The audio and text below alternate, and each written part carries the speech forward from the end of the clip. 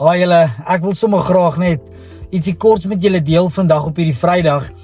En in Johannes 3 vers 30 praat dit van ons moet minder word en Christus moet meer word.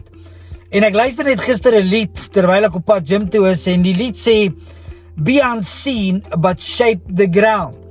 En ek dink so weer eens aan elkeen van ons wat kind van God is en hoe die Here vir ons grondgebied gee om te verander. En terwyl ek daai lied luister, dink ek sommer aan 'n mol. 'n Mol sien ons nie, maar ons kan die effek van wat hy doen aan ons erf en ons gras kan ons duidelik sien.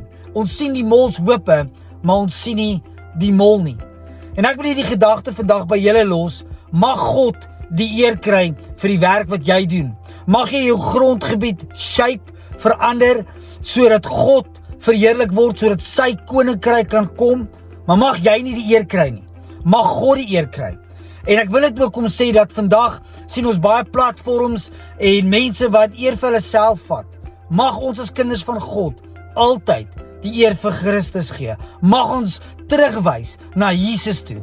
Mag ons nie vol van onsself raak nie, maar mag ons nederig bly, die grondgebied werk wat die Here vir ons gegee het, verandering bring waar ons gaan en mag hy verheerlik word. Mag die mense die effek van God se koninkryk sien waar jy beweeg, maar mag hulle jou nie raak sien nie.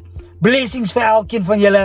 Mag julle nederig bly, doen die goeie werk, hou aan om vir Christus Jesus